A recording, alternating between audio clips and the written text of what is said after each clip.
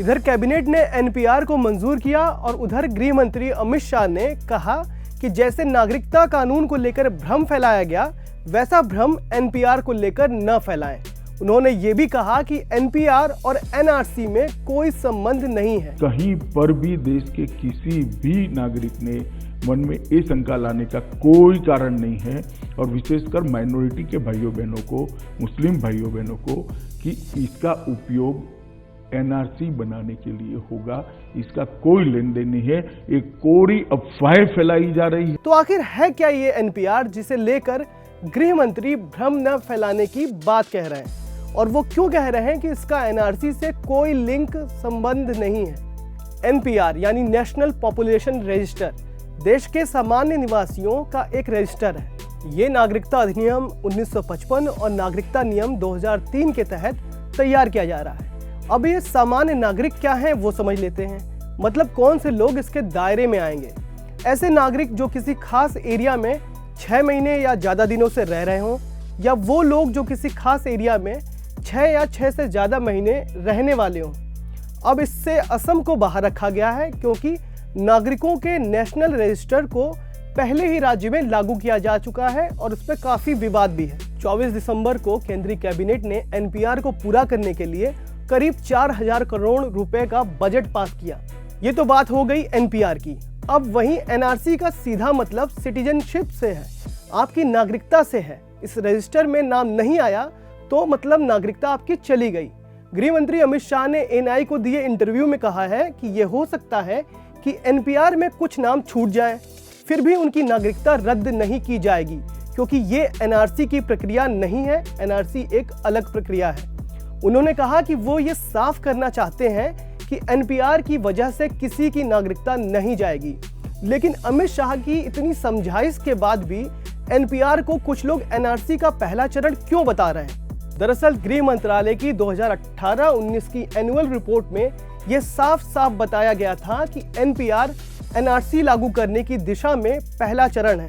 ये जो स्क्रीनशॉट देख रहे हैं आप, वो स्क्रीनशॉट बताता है कि एनपीआर एनआरसी को लागू करने का पहला कदम है, ऐसा सरकार ने खुद कहा था। कांग्रेस ने एक और दावा किया है कि साल 2014 में तत्कालीन गृह राज्य मंत्री किरण रिजिजू ने एक सवाल के जवाब में यही कहा था कि एनपीआर एनआरसी को लागू करने का पहला कदम है। तो कांग्रेस अब फिर पूछ रही है कि अगर कोई झूठ बोल रहा है तो कौन बोल रहा है।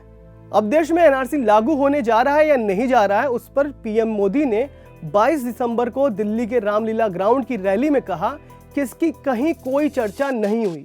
लोगों ने सवाल उठाया कि खुद अमित शाह जो गृह मंत्री हैं, संसद के अंदर कह चुके हैं कि एनआरसी पूरे देश में लागू होगा।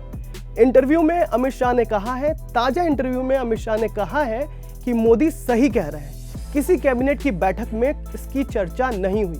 लेकिन ये शब्दों का जादू लग रहा है, क्योंकि अगले ही सवाल के जवाब में अमित शाह ने माना कि बीजेपी के मैनिफेस्टो में एनआरसी है और उसे लागू करेंगे, और जब करेंगे तो छिपकर नहीं, सबके सामने करेंगे। कि ना कैबिनेट में चर्चा हुई, ना पार्लियामेंट में एनआरसी ये एक्ट में किसी ने कहा। मेरी पार्टी का घोषणा पत्र अपनी जगह पे है, और जब होगा तब थोड़ी ना छिप कर होगा। ये एक्सरसाइज ऐसी नहीं होती। तो आप संसद में कहते हैं कि एनआरसी लागू करेंगे, मैनिफेस्टो में कहते हैं एनआरसी लागू करेंगे, फिर इसका क्या मतलब है कि अभी चर्चा ही नहीं हुई।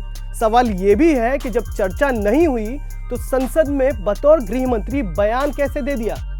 पीएम मोदी ने एक और बयान दिया था, कहा था कि देश में कहीं कोई डिटेंशन सेंटर नहीं है। शाह ने उस पर भी सफाई दी है इस ताजा इंटरव्यू में।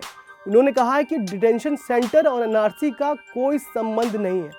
उन्होंने कहा कि डिटेंशन सेंटर और एनआरसी का कोई संबंध नहीं है। उन्होंने ये भी कहा कि ये सेंटर हर देश में होते हैं।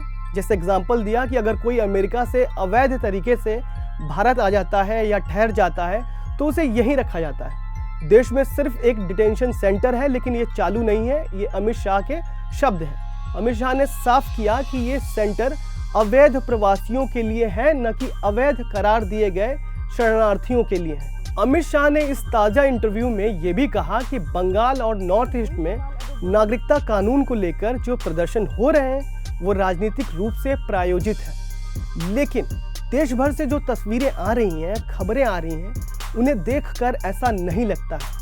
वैसे भी अगर विपक्ष में इतनी ही ताकत होती कि वो देशव्यापी आंदोलन खड़ा कर सके तो सरकार मंदी पर ही पूरी तरह घिर सकती थी।